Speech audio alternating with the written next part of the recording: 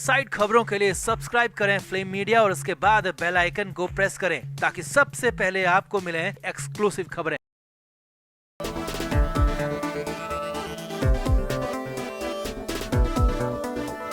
Sanjay Raut jail के अंदर बंद हैं और अभी और लंबे समय तक जेल के अंदर ही बंद रहने वाले हैं। जी हां, ऐसा ही कुछ नया डेवलपमेंट हो गया क्योंकि इस बार कोर्ट ने बहुत कुछ कह दिया है, यहाँ तक कि बड़ा हथौड़ा तक चला दिया। और ये सब कुछ हुआ संजय राउत की बेल की सुनवाई के दौरान, क्योंकि इसी दौरान वकील बुरा झगड़ पड़े और कोर्ट ने बीच बचाव करते हुए कहा कि हम किसी जल्दी में नहीं है, यानी कि राउत की दिवाली को काला बना दिया और भी बहुत कुछ। तो कोर्ट में क्या क्या हुआ, सुबह सुबह क्या कहा जज ने, क्यों वकील झगड़ पड़े, लड़ पड़े, सब कुछ आपको दिखाते हैं, बताते हैं। आप इस वीडियो को शेयर करें और संजय राउत के हालात पर कमेंट बॉक्स में अपनी राय जरूर दें। हमारे व्लॉग चैनल नीतू की पलटन का नया व्लॉग आ गया है, उसे जरूर देखें जिसके लिए लिंक डिस्क्रिप्शन में दिया है। लाइक, शेयर और सब्सक्राइब भी करें। तो संजय राउत को जेल के अंदर 3 महीने का वक्त होने वाला है, लेकिन कहीं से भी कोई राहत नहीं है। पूरी राहत क्या, हल्की सी रिलीफ भी कहीं से नहीं है और हर रोज के हिसाब से संजय राउत की मुश्किलें बढ़ती जा रही हैं। अब इधर संजय राउत ने बेल की एप्लीकेशन फाइल की थी और राउत को उम्मीद थी कि वहां से राहत जरूर मिलेगी और वो जेल से बाहर आ सकेंगे। लेकिन हालात ये हैं कि जमानत पर सुनवाई तो हो रही है लेकिन पूरी हो नहीं पा रही है और ये काफी लंबी खींचने वाली है क्योंकि खुद कोर्ट ने ऐसा कह दिया। अब पहले बवाल और झगड़ा कैसे हुआ, क्या हुआ वो देखिए, फिर आगे बताएंगे। सोमवार 17 अक्टूबर के बाद मंगलवार को भी लगातार दूसरे दिन संजय राउत की जमानत पर सुनवाई हुई। कोर्ट में दोनों पक्षों के वकीलों ने अपनी अपनी दलीलें रखी। अब यहाँ पर संजय राउत की तरफ से सीनियर वकील अशोक मुंदरकी ने अपनी बात रखी और कुछ नई बातें कोर्ट में रखी, कुछ नए कागजात भी रखने की कोशिश की और यहीं पर बवाल हो गया, झगड़ा हो गया। ईडी की तरफ से पेश हुए वकील एजी अनिल सिंह ने इस पर सीधा सीधा विरोध जता दिया और साफ कह दिया कि ये नहीं हो सकता कि जब सुनवाई के आखिरी दौर में हो तो नई बातें वहाँ पर रखी जा रही है, नए कागजात लाई जा रही है, ठीक नहीं है, इससे सुनवाई पर असर पड़ सकता है। लेकिन इस पर संजय राउत के वकील ने भी अपना पक्ष रखा, विरोध किया और कहा कि उन्हें इसका अधिकार है। अब यहीं पर खासा बवाल हुआ, दोनों तरफ से वकील दलीलों के जरिए झगड़ने लगे, लड़ने लगे, एक दूसरे पर बहुत सारी बातें कहने लगे। कोर्ट में खासा हंगामा हो गया क्योंकि वकीलों के बीच में बवाल हो रहा था। हालांकि इसी बीच स्पेशल पीएमएलए कोर्ट के जज एमजी देशपांडे ने मामले को शांत कराया और कहा कि आप दोनों को झगड़ने की जरूरत नहीं है और मैं इस मामले में सारी की सारी बातें सुनूंगा और इसके लिए वक्त लगेगा तो लगने दें। अब यहीं पर संजय राउत के वकील फंस गए। जी हाँ, क्योंकि कोर्ट ने साफ कह दिया कि सुनवाई में वो जल्दबाजी नहीं हो सकती है क्योंकि वो जज ने साफ कहा कि वो अपने फैसले का महत्व, अपने फैसले के प्रतिघात को जानते हैं और इसीलिए जल्दबाजी नहीं करेंगे और दोनों पक्षों को सुनने के बाद ही फैसला देंगे। यानी कि एक तरह से इशारों में साफ कह दिया कि इसमें वक्त लगने वाला है और ये वक्त लंबा होने वाला है। राउत की जेल यात्रा और लंबी हो सकती है। अगले कुछ दिन में कोर्ट में दिवाली की छुट्टियां हो जाएंगी, जमानत पर सुनवाई ही पूरी नहीं होगी। जी हाँ, ये भी बड़ा डेवलपमेंट यहाँ पर है कि संजय राउत की दिवाली भी जेल में मनने वाली है और जेल में उनकी काली वाली दिवाली होगी। आगे देखिए, कोर्ट ने अपना हथौड़ा चलाया यहाँ पर सीधे सीधे, जो कि संजय राउत के सिर पर लगा क्योंकि उनके वकील अशोक मुंदरकी चाह रहे थे कि कैसे भी दिवाली से पहले सुनवाई पूरी हो जाए, उनके पक्ष में फैसला आ जाए, संजय राउत जेल से बाहर आ जाए और इसीलिए चालाकी करते हुए आखिरी वक्त में नए कागजात, नई बातें हियरिंग में लगा रहे थे। लेकिन यही दांव उल्टा पड़ गया। कोर्ट ने कह दिया कि उन्हें कोई जल्दी नहीं है और इसमें जल्दबाजी में फैसला देना ही नहीं है और सरकारी वकील से भी साफ कह दिया कि आप अगले दिन अपना पक्ष रखें, अपनी पूरा वक्त लें, पूरी डिटेल के साथ आएं और अपनी सारी की सारी बातें बताएं। यानी कि सुनवाई पूरे आराम से चल रही है, इसमें खासा वक्त लगने वाला है, कोर्ट इसमें पूरा समय ले रही है। अब आगे क्या होगा या फिर क्या हो सकता है, क्या होने वाला है वो भी समझिए।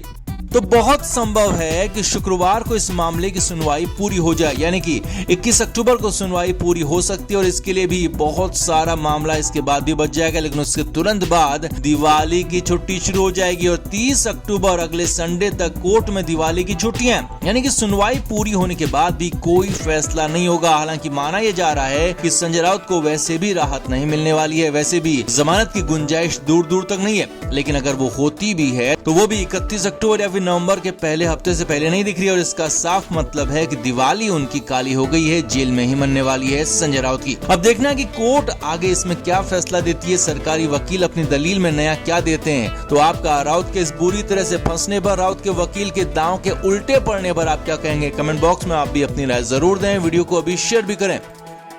हमारे व्लॉग चैनल नीतू की पलटन का नया व्लॉग आ गया है, उसे जरूर देखें, जिसके लिए लिंक डिस्क्रिप्शन में दिया है। लाइक, शेयर और सब्सक्राइब भी करें।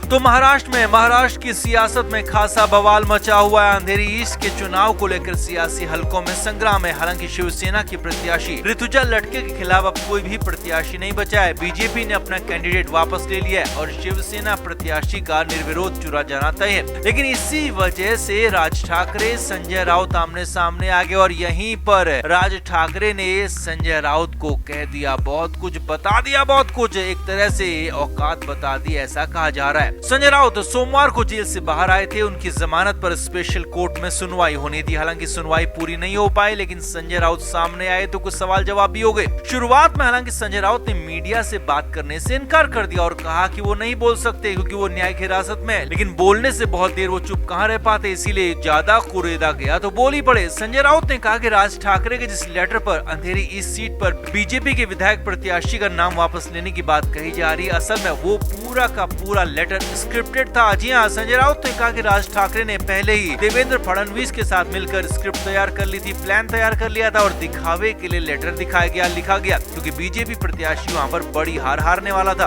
अब संजय राउत का ये बयान आना था कि राज ठाकरे कैंप भड़क गया। जी हाँ, और राज ठाकरे की तरफ से जबरदस्त जवाब भी आ गया। संजय राउत की बोलती बंद कर दी गई या कहें कि असली औकात बता दी गई। जी हाँ, राज ठाकरे कैंप की तरफ से बालानंद गांवकर सामने आए, जो कि राज ठाकरे के बेहद ही करीबी हैं और जब भी राज ठाकरे को कोई बात कहनी होती है, कोई बयान देना होता है तो बालानंद गांवकर की तरफ से ही दिया जाता है। यानी कि बालानंद गांवकर वही कहते हैं, वही करते हैं जो कि राज ठाकरे कहते हैं और एक तरह से वो राज ठाकरे की ही बात होती है, उनके ही शब्द होते हैं। तो यहाँ पर साफ माना जा सकता है कि ये प्रहार राज ठाकरे का ही था। तो राज ठाकरे की तरफ से यहाँ पर संजय राउत पर प्रहार किया गया। बालानंद गांवकर ने कहा कि आज तक हमने आपकी किसी आलोचना पर कोई जवाब नहीं दिया, लेकिन जब बात राज ठाकरे की होगी तो फिर जवाब दिया जाएगा, क्योंकि संजय राउत आपने लिमिट क्रॉस कर दी है। आगे देखिए, राज ठाकरे की तरफ से कहा गया कि संजय राउत आप भूल गए हैं कि आपकी जिंदगी में, आपके राजनीतिक करियर में राज ठाकरे का कितना बड़ा योगदान है और राज ठाकरे ने किस तरह से आपको बनाया है, बताया है, आपको संवारा है। राज ठाकरे की तरफ से फिर जो कहा गया वो तो हैरानी भरा था। राज ठाकरे की तरफ से कहा गया कि आप किसी की भी आलोचना करते हैं, करते रहिए, लेकिन अलर्ट भी रहिए, क्योंकि आपको एहसान फरामोश कहा जाएगा, क्योंकि राज ठाकरे ने आप पर जो एहसान किए आप उनको भूल गए हैं। उन एहसानों को भूलकर एहसान फरामोशी कर रहे हैं, जो कि ठीक नहीं है। और राज ठाकरे की तरफ से कहा गया कि हम आगे कुछ और बोलें, आपकी पोल खोलें तो ये ठीक नहीं रहेगा, इसीलिए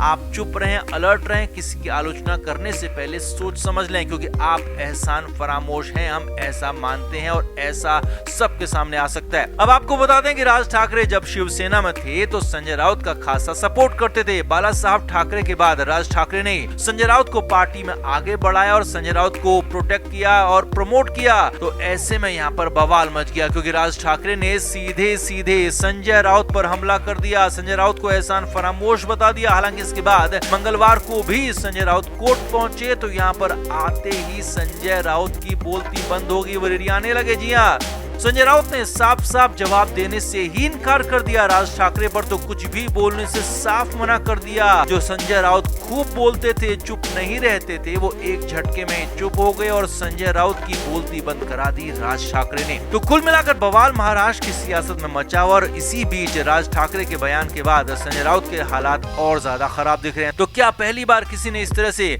संजय राउत की बोलती बंद कर दी है? क्या संजय राउत को जवाब मिला इस तरह से पहली बार? आपका क्या मानना है? आप भी कमेंट बॉक्स में अपनी राय जरूर दें, वीडियो को शेयर भी करें। Flame media report.